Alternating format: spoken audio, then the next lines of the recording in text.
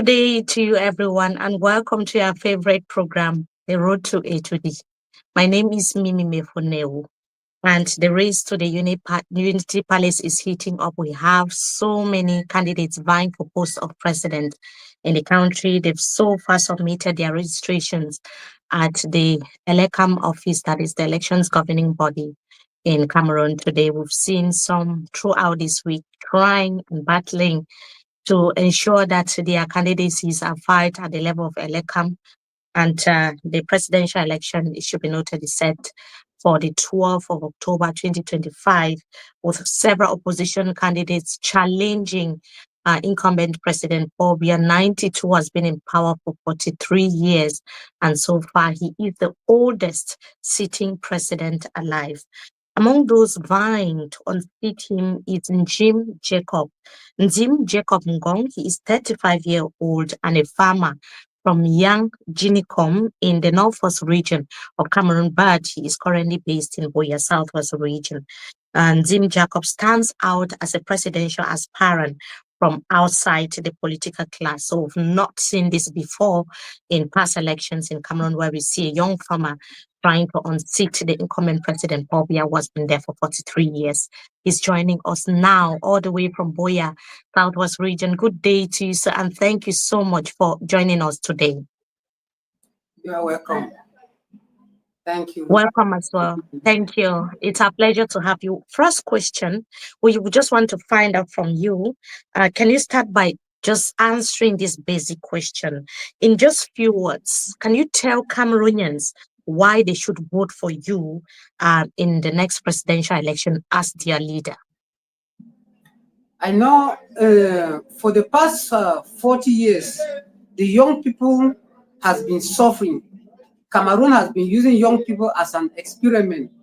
So, and I think it is time that if I'm elected, I will change the scenario in Cameroon. So I will make a Cameroon a better place for everybody. So we are lack of roads, unemployment, just to name a few. Power supply is a failure. Everything is a failure for the past 40 years. So, and I think it's the best time that if a young man could lead this nation, Cameroon will be a better place for everybody. So Mr. Ndim Jacob believes that it's time for the younger generation to lead. Does it mean that because we've seen at the level of the presidency, the leader is the oldest sitting president alive? We've seen even at the Senate, he's very, very old and unable to even stand and address the Senate in every session. So during the sittings at the Senate, we've also seen at the level of the National Assembly, we have old people at the National Assembly. I mean, the whole structures of the institutional structures in Cameroon are run by older people. Do you think that it's better for young people and that the young people can offer something better? That is why I decided to take the challenge that maybe the young people has not been having the opportunity to take the challenge. And I, as a young man, I said enough is enough. Because if a young man has to rule this nation, at least things will change for the better. The old people, they have turned Cameroon to a family properties. So I'm making almost all the Cameroonians to suffer. We go to school and we have nothing doing. They will tell us we have works for the young people. Young people should involve in agriculture. But when young people go to agriculture, there's nothing. There's no routes to transport their farmer. There's no companies to buy their products and sell in the market.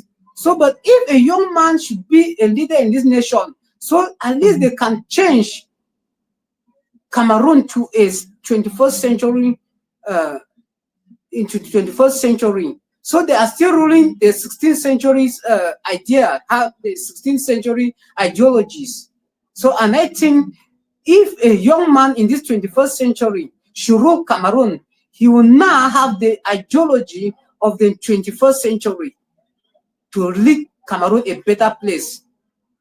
So it If you, bothers me whether if you think that it's important for a younger person to lead, do you think that the younger generation would this message will resonate with the younger generation in Cameroon now? Do you think so? I've not understand your question. Can you come again? Do you think every young Cameroonian at this point in time would believe in your message? Do you think they would buy your message that it's time for them to lead, it's time for them to take control? Do you think this message will mean something to them?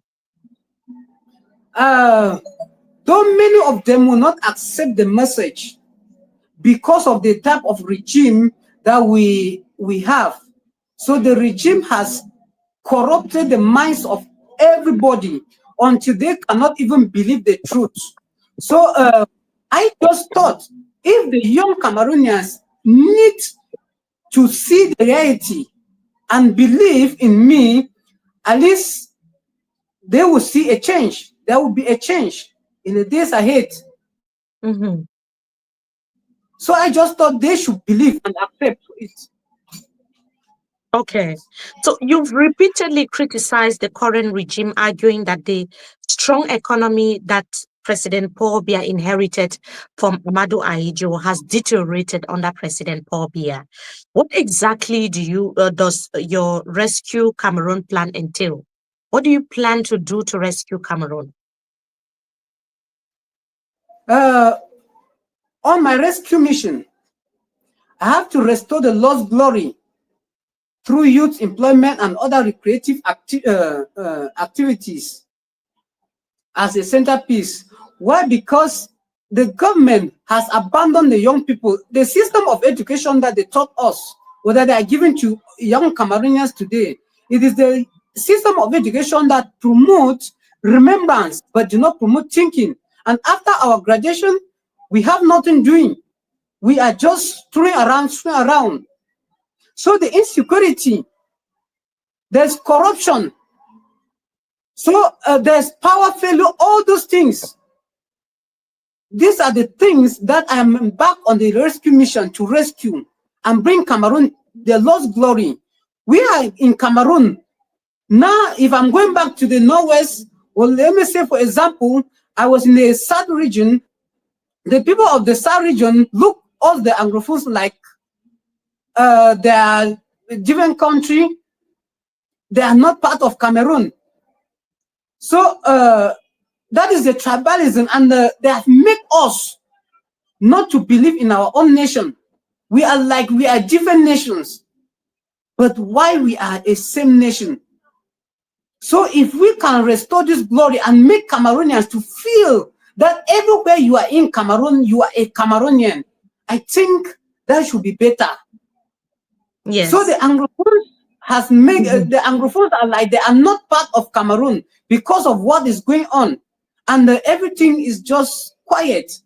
So I think on my rescue mission, all these things should be brought on the table. Mm-hmm. So what gives you the courage, even knowing that you don't really feel like you're a Cameroonian everywhere you go across Cameroon? But what gives you the courage to keep going when you know majority of those whose votes you need are also from the Francophone parts of Cameroon? Where is the courage coming from? And how will you be able to let the people understand that we are one?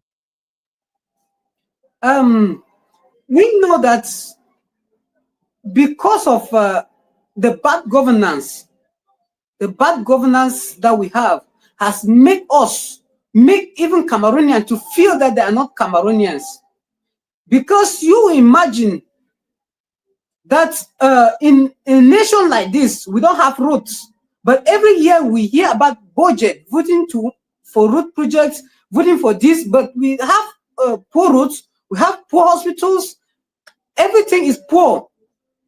So making everybody to feel that maybe those who are ruling us, they are not Cameroonians, and they are seeing us, or they are Cameroonians, and they are seeing the rest of the population like not Cameroonians. What stopped us from giving root, or the government, from the CBDM government, from giving root to the other nations, of giving proper electricity to the other areas, or giving electricity, roads, hospitals. Does it mean that there's no money, or does it mean that Cameroon is very poor, that we cannot have this? But every year those budgets are being voted in parliament. I don't know.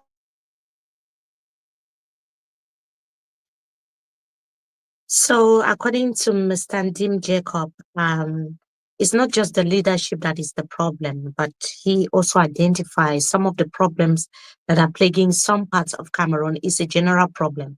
When it comes to bad roads, whether in the center, in the east, north, or southwest, far north region, is a general problem in Cameroon. And that is what he is in for, and that is what he wants to fix. Let's now talk about his strategy to tackle corruption.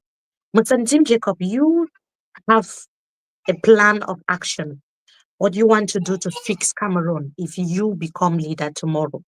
What's your plan to tackle corruption and bad governance in Cameroon? What is the strategy?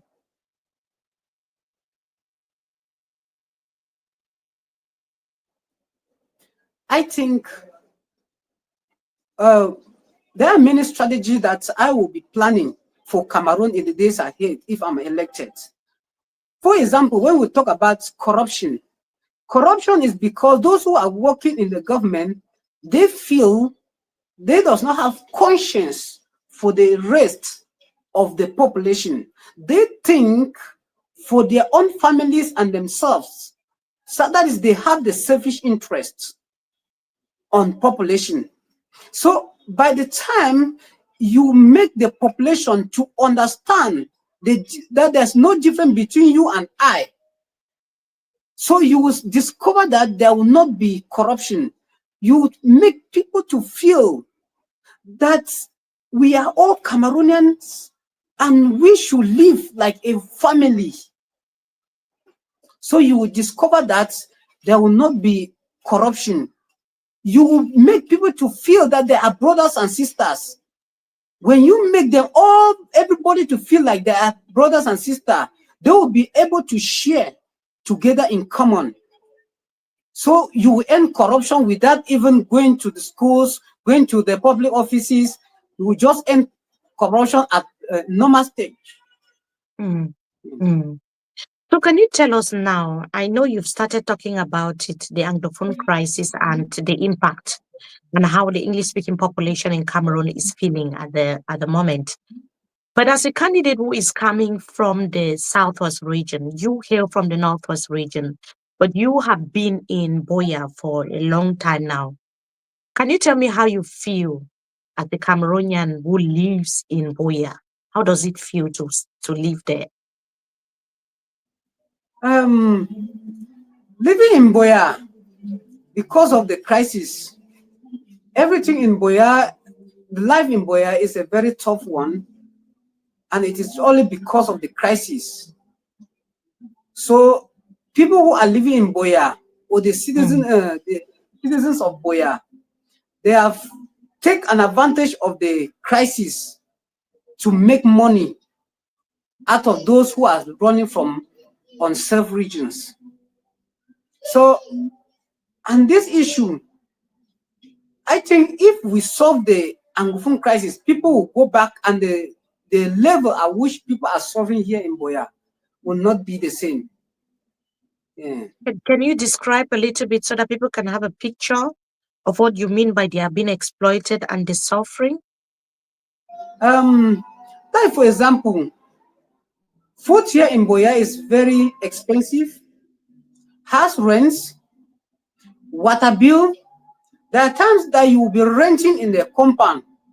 You will pay water bill they are using forage. Maybe for inside 1 month there's no light, and you are carrying water out of the compound. There's nobody. You cannot complain. If you want to complain, they will say they are not the one giving light. But the money is, I can call it extortion, because that money that you have taken at the end of the month, they have not, you have not paid, they have not paid water, you have not used water, you are sending people to go and buy water for you, and etc.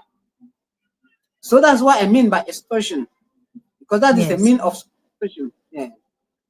Okay, so what is your strategy? How would you want to address the Anglophone crisis? I think I mentioned in the previous news that Anglophone crisis is a diplomatic issue, and we don't use diplomacy in politics. So what I simply mean is that if today we sit, I take over power, the both parties should come together on a table and talk like a gentleman. So that's what I mean by a diplomatic issue. So it is a gentleman talk. It is not a military war. It is not whatsoever. So it is a gentleman talk. Let's sit together like a family and say, okay, this is what happened. We hear from the both sides.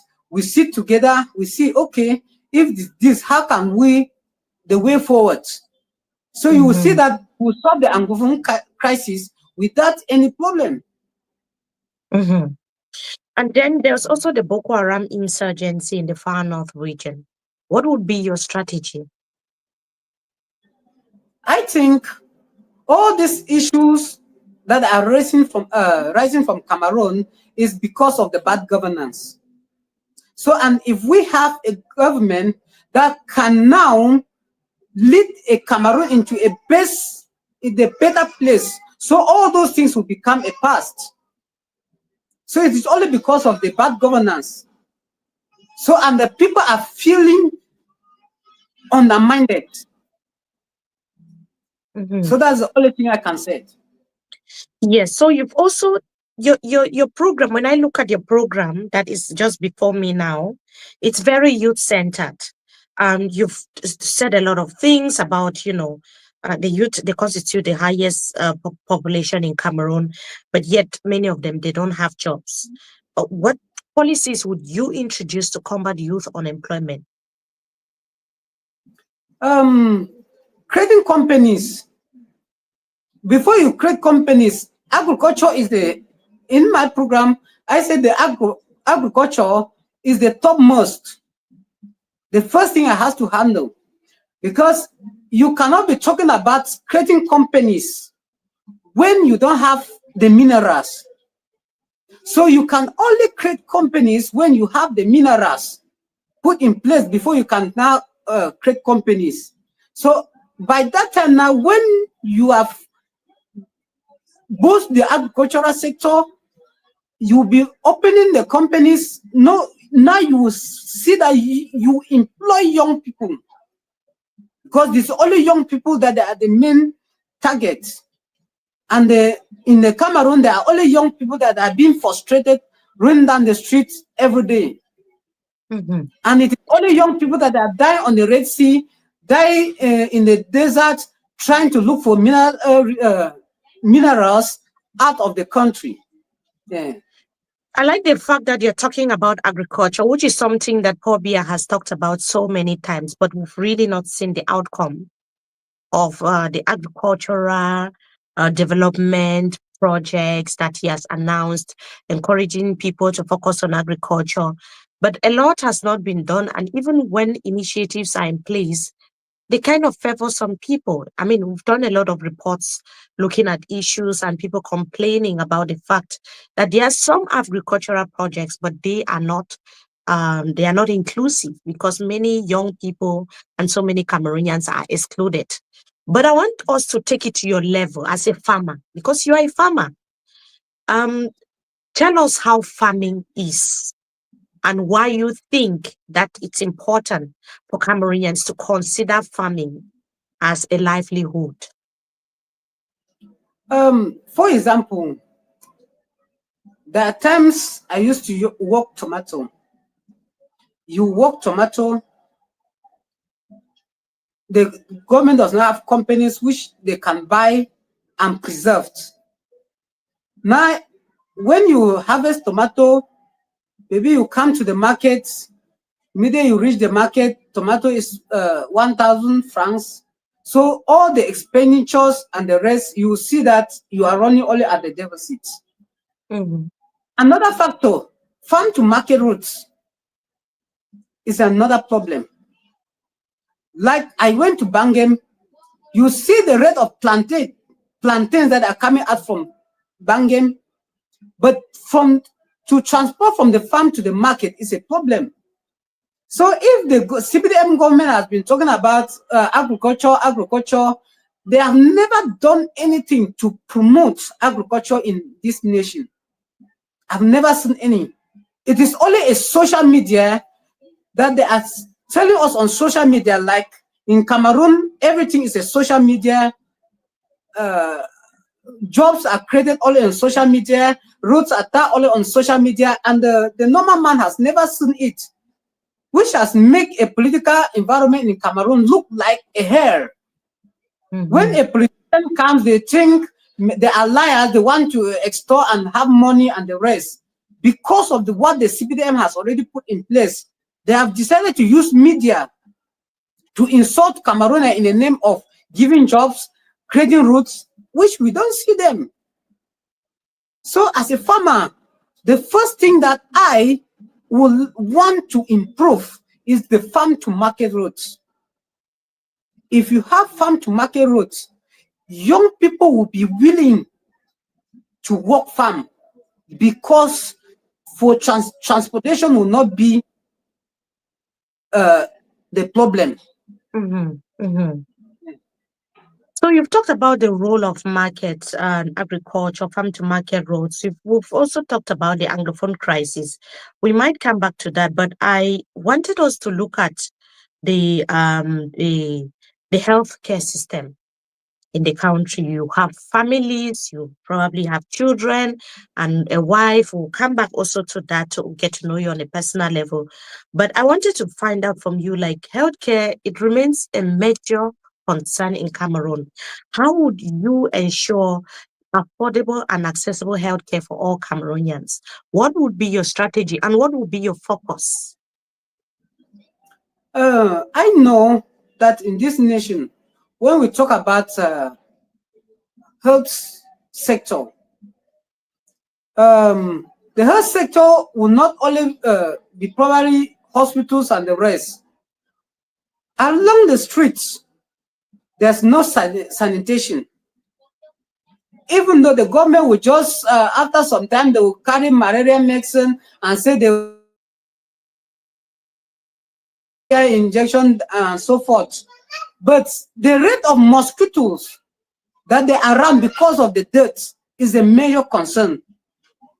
All our towns are very dirty, and people carry the sanitation environment is a very rough one. So people cook foods, the places that they sell, they are smelling. So if we want to talk about health sector, we should first come into our society. We should first talk about the sanitation environment before we cannot talk about the healthcare. We should first think about what people consume. Where did they consume it? Now we cannot talk about health. But when you look at the hospitals, what are the things that you see there and that you want them changed as soon as possible? Many hospitals does not have nurses or doctors. Might go to the hospital, you spend 4 hours, 5 hours without seeing the doctor, or 1 day without seeing the doctor. Most of the time, in the hospitals, money is a major problem that people die in the hospital. Because if you go to the hospital, if you don't have money, you will die. Because they will always ask money first. They will put money first before human. Instead, they were supposed to put human first before money. So these are the major challenges. that we meet in the hospitals. Mhm. And I think Oh, if I mhm. am elected, so all these things will become a thing of the past. Okay, so we understand that you are facing challenges securing signatures for your candidacy.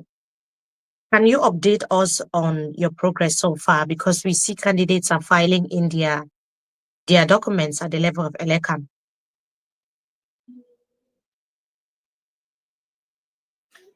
The first thing I will say, I just think that the government, the CBDM government, has bring the rules that will not favor us, the young people. That's the first thing I will say.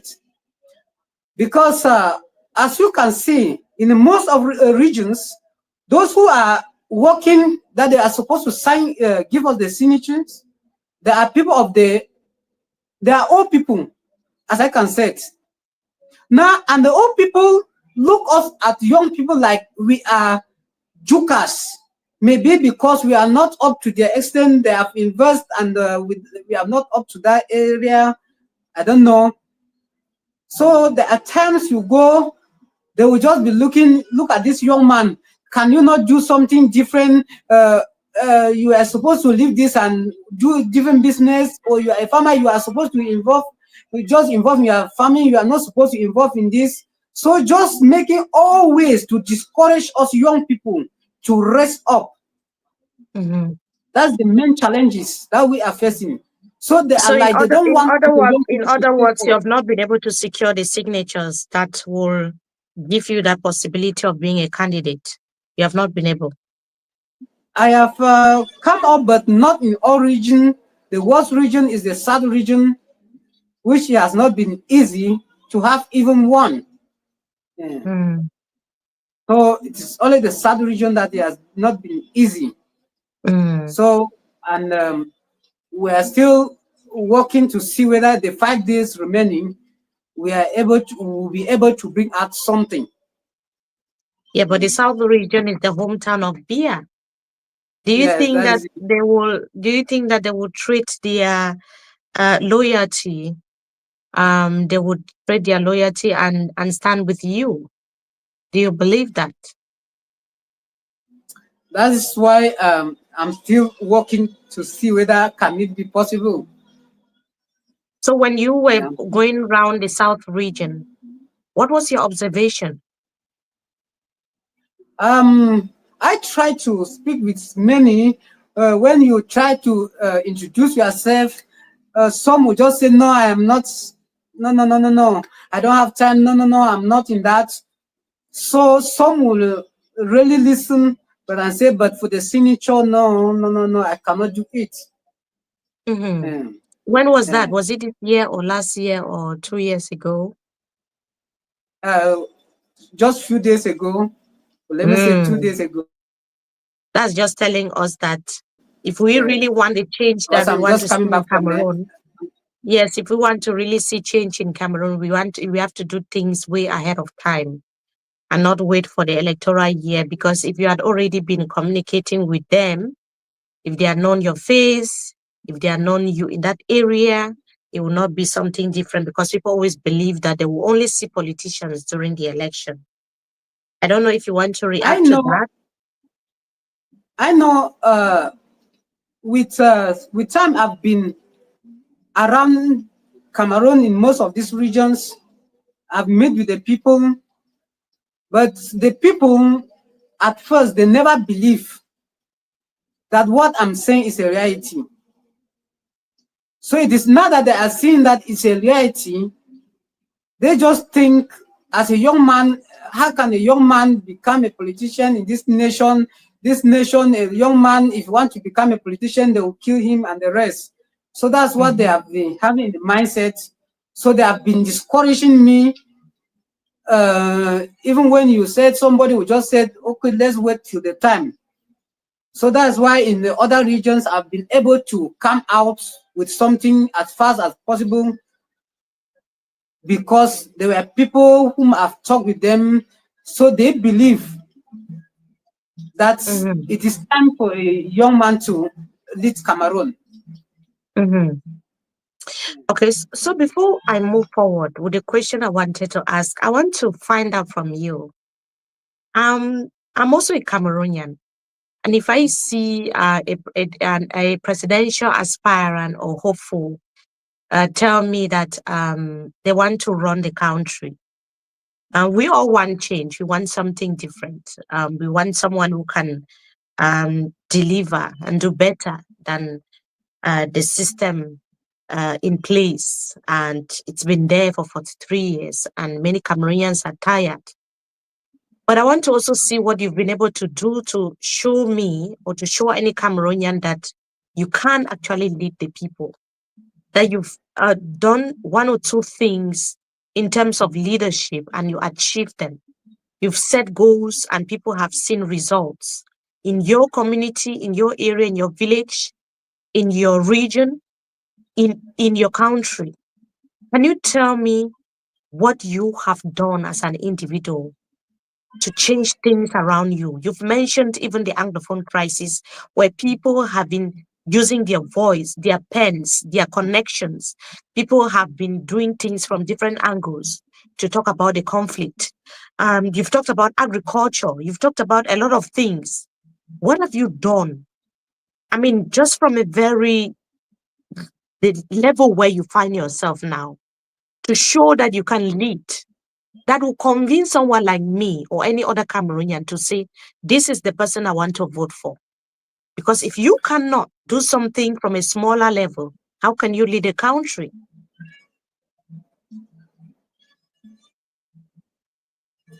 I think for me to say this is what I've done and what out.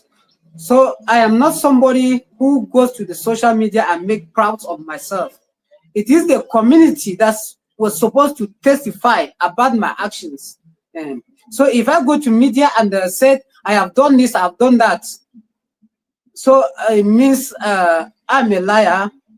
So what we need is the community to testify about you. I am not like a CBDM who will stand on the media and say, I have done this for my village. Maybe they will buy one bag of rice, they will carry camera and go and share and say, we have been sharing food to our people. I'm not the type of the person. So it is only the population that will have to judge, has this man done this? Yes, it is not me to say it on media. So it is only Cameroonians who knows me that can testify about me, or that can give testimony about me, or they can I'm comment. just talking about factual things, not propaganda. I'm talking about something that is factual, that people can verify as soon as this program is over, to see whether what Mr. Ndim Jacob is saying is true. If Mr. Ndim Jacob says that I actually did this, like things that are factual, not superficial things, not propaganda, like real tangible things that you've been able to do to change things just around you, just around your community, that people can say, oh, I was able to lead, even volunteer in this project, even though I was not paid. It's tested, it shows that I can lead people. It shows that I can lead the country, because that is where leadership starts from. So that was the question that I was asking. I was not telling you or asking you to tell us that you've given this to this person, or to say you've given this to this person. Like, just to tell us why we should vote for you. When we see other candidates telling us what they have been able to do, we have their track records. Last presidential election, you were not there as a candidate. So to many people, you are just popping in from nowhere. They should be able to know what you've done in your community that makes you capable of running the country. But we can, for yes, now, go ahead, sir.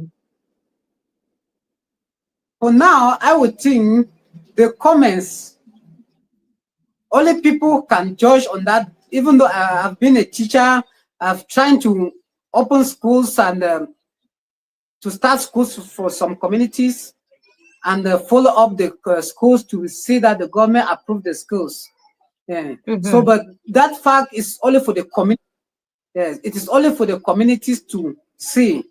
I've tried to encourage young people to involve in agriculture, because that is the main thing, that if you involve in agriculture, because I believe for myself that the next billionaire in this nation will come from the agricultural sector. Yeah. So I have been encouraging young people how they can involve in agriculture. So a young man who wants to do agriculture, he should do business instead of study agriculture, because you cannot work farms when you don't know how you can sell your markets. So these are just simple things I've been encouraging young people. So, and I think it is the young people, or it is the people to testify my actions on the ground. Okay. So also, have you been able to secure the necessary funds for registration and campaigning in the election? We are working on it. I've secured it, and we are working on it. Okay. And finally, can you tell us who you are? Are you married? Do you have children? What are those things about you that people will be wondering, who is this man who wants to lead the country, that you want them to know about you? I am married with 3 children. I have a family, as I have a wife with 3 children. I have a compound with which they are there, and I have farms. So which people who would like to come and see the farm, they would like to see that the president has also farms. He is not talking only because he wants to talk. So they can visit my farms, and I will show them, teach some of them agriculture and the rest. Okay, one final question before we go. You are campaigning and running as a president, for the post of president, in a region which is really volatile in terms of security. For 9 years now and counting, the northwest and the southwest regions of Cameroon have been in conflict. Gunshots here and there, people killed here and there by the soldiers and the separatists. It's a difficult place, you said earlier, to live in.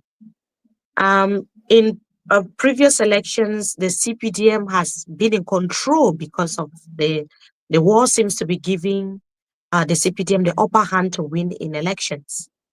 How do you look at the atmosphere this year? Because we see some candidates becoming bolder.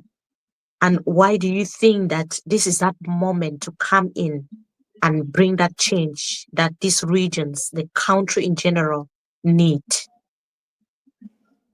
I have been struggling to meet all those people, the fighters, the people in diaspora, to say that we have suffered for long. We have suffered for long. It is time that we should give peace a chance. This year should determine our fate in the next 7 years.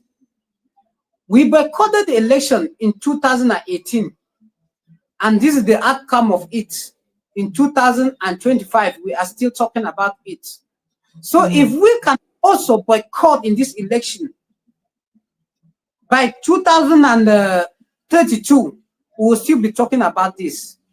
Because the CPDM government feels that they have the security, and only the poor, the population should suffer.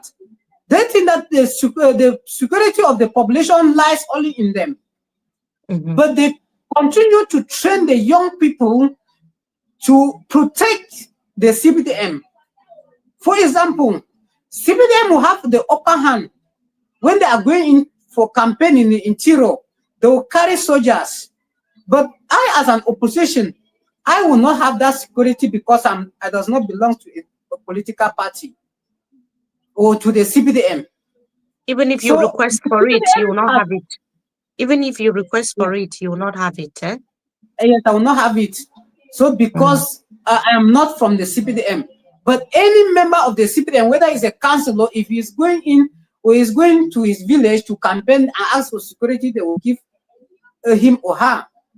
So it is the time I want to beg for those our brothers who are in the diaspora and those who are at home to give peace a chance, to give us a chance to go in and defend our votes in all the interiors. And I also encourage the Cameroonians to defend their votes in their polling stations. They should not just put their votes and go back. They should stand there and defend their votes. That's the So only thing. a different leadership might mean that it might see an end to the conflict in Anglophone regions. And now with the Biya candidacy again, do you think any opposition has a chance? Biya is running. A chance to win. Now in the time which we are tired of the rule. Everybody is tired of the ruling CVDM. Only the few who are benefiting from the regime that they are comfortable. And I think opposition has 7 or 80% to win this election if they come together. So if all the opposition cannot have a one party that they can stand, they will defeat the ruling party. So which party are you ready to work with? We have Barrister Akere Mona, we have Honorable Joshua Osi, we have Professor Maurice Kamto, we have Cabral Libi. Which party, which candidate are you ready to work with? The first thing is that I've tried to meet with them, even though it has not been possible. So to see their manifesto, if I see their manifesto, which is what can benefit Cameroon, I will support anyone that have these dreams to make Cameroon a better place. So and if you are the leader, okay. And if you are the leader, what will be your first plan of action?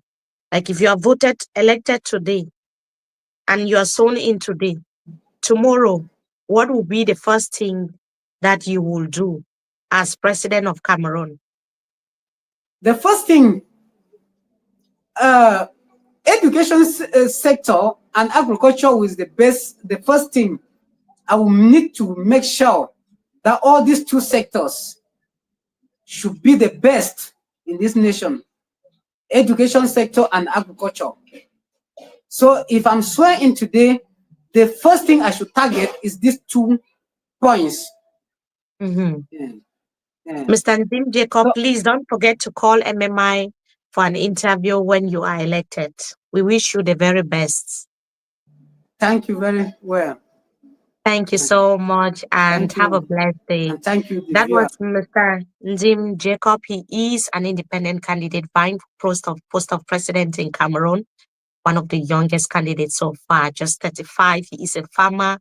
He is from Ginicom in the Northwest region, but he's lived in Buea, Southwest region for so many years. He's talked about education and agriculture in Cameroon. He's talked about ways to tackle corruption and also sanitize the healthcare system in the country. Just a lot, and particularly how to resolve the Angophone crisis and unite the country, which, according to him, is so divided, plagued with tribalism, nepotism. How can these issues be addressed in Cameroon? He says that he's got all it takes, but he's also ready to endorse a candidate based on their manifesto, based on what they have to offer. So a united opposition, according to him, will stand an 80% chance of winning the presidential election in Cameroon. And for those who watch this program from the beginning till the end, we want to appreciate you and thank you. This is Road to A to D. And to the entire technical team of MMI, I want to also say thank you. Every 7:30 p.m. Sometimes we will be doing this daily, but at 7:30 p.m. Cameroon time, we will be having this discussion on our YouTube page, Talk with Mimi Mefo. Thank you so much and drop your thoughts in the comment section. And please don't forget to share. Goodbye.